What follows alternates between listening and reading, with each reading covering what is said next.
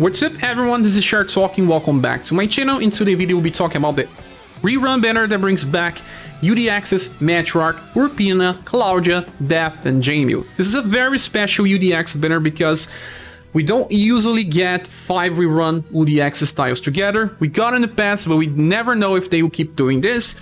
And it will offer a lot of value for those missing out at least 2 or 3 styles here or newcomers.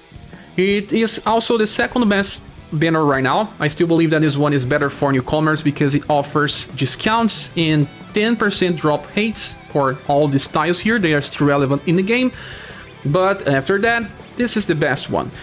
Well, let's discuss the banner, and starting with UDX Matriarch. When she was released on the past, she was the only limited style in a UDX banner, so only 1% of getting a good character, and many people skip it. But I'm sure they miss it using this Matriarch because she's very good in boss fights and also in farming. It's all because of Shining Glory. This attack here is amazing.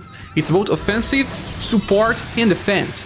First of all, it just deals pierce and some damage, so double elements, very nice. It costs only 8 BP. You can use this 2 times in a 3-turn cycle for farming if you want, but also if you have 0 BP and you want to use this, you can just skip 1 turn and on the other one you have enough BP. Why? Because all versions of Matriarch starts with 10 BP, but they get 4 BP every new turn.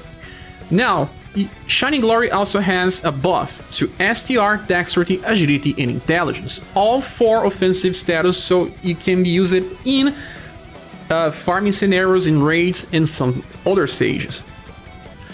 On the last part, she recovers HP by around 700.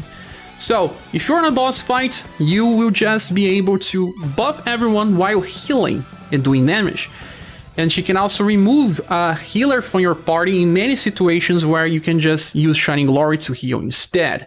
But this Matriarch also needs help from older versions that we will talk about now.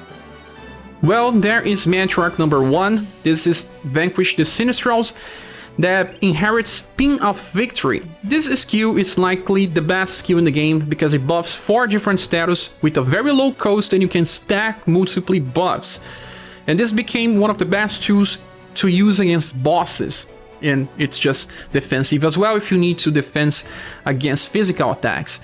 Then we have a third version of Matriarch, this one that has a buff to other status. Dexterity is offensive, Will is defensive, Love and Charisma are support to increase your heal. So we still prefer to use this Matriarch as the main one. Why? Because it has a passive that decreases the damage that you receive by 5% and increases the damage that you inflict by 5% too. And that means that she's the best carrier of the buffs of the older versions. If you don't have this Matriarch, or if you don't have the other one, it's still good to start collecting Matriarch because she's the best character in the game. Having access to multiple skills for inheritance just increases the utility of the character. And even if you don't have, you can get this S style that was given up in the game recently and inherit Acupuncture Plus, because this attack has a 30% debuff to STR of your enemy, and because she has access to 4 BP like all versions, you will be able to use this pretty easily. And very good for raids, or you can just use Shining Glory to increase the damage of your party. So, one of the best characters. I still recommend going for UDX Matriarch even now in the game. The next character is Death, and Death is amazing. Yes, I had to skip because it was a similar case. She was released alongside Galahad, and Galahad was not so powerful back on the days. But Death brings Mortal Dark Web, a very powerful AoE shadow attack that has a chance to instant kill, and because Death has insanely high intelligence, it usually instant kills all targets that don't have resistance, and can even kill some of them if you stack intelligence buffs. And Death can stack intelligence buff easily. Mortal Dark Web is one of the best attacks to use on Ward Tower because you just don't need to handle any situation if you can kill them first. Also, Death has a fast attack with Shadow and Slash damage to be used in some farming situations, pretty good and powerful by low cost. And then if you want to keep doing shadow damage, Death has Morte, a 3 BP AoE attack that is amazing as well. It can also be awakened into 2, so very nice. It even recovers some BP so that you can use another attack. Death does not need inheritance. There is another version of Death, but you can ignore that one, since this Death is amazing. Energize, Intelligence, and Will makes it better for boss fights if you want, and it also revives with 100% once killed.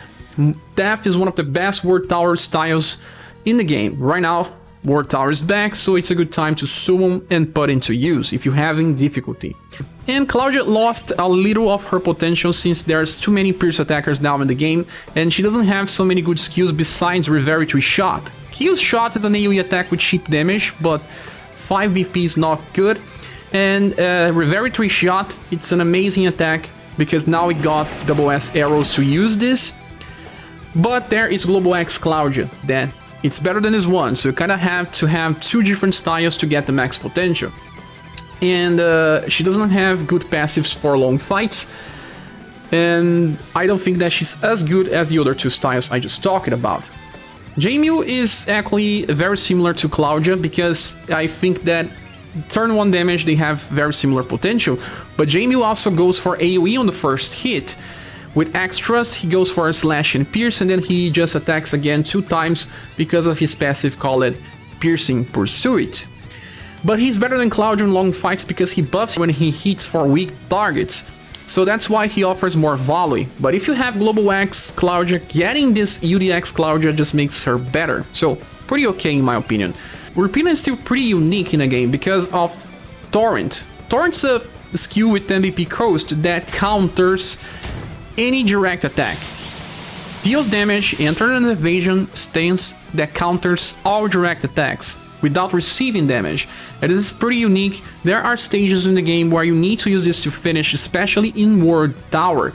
Urpina is not just about this as well. She has access to Crossbreak, one of the best offensive skills in the game for the coast. With only 8 BP, you are getting a triple S damage attack that just deals much damage. Those two skills are pretty good and worth a pity by themselves, and if you have Christmas Urpina, you are now giving her Crossbreak for better single target damage. Now in order of preference, the best character of this banner is Matriarch, and then followed up by Urpina and Death. All these 3 characters are worth a pity by themselves, but then if you get them early, you should stop summoning. Even through Jamil is okay, there are plenty of pierce damage dealers.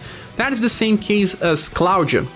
You should only try to get Claudia if you already have the Global X version, but only if you are close for a PD or if you get her before getting the other characters. Besides that, I only recommend going for Matriarch, Urpina, and Death. So in the end, yeah, this banner is worth to pull, especially if you don't have Matriarch.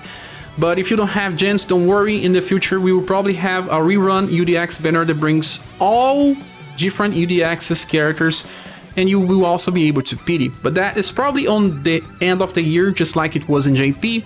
So if you have gens now, don't worry, it's a good banner. Just pull for that. Thanks so much for watching, please subscribe if you still haven't. If you want to support the channel, there are links on the description of the video. I hope to see you soon in the next one. Bye!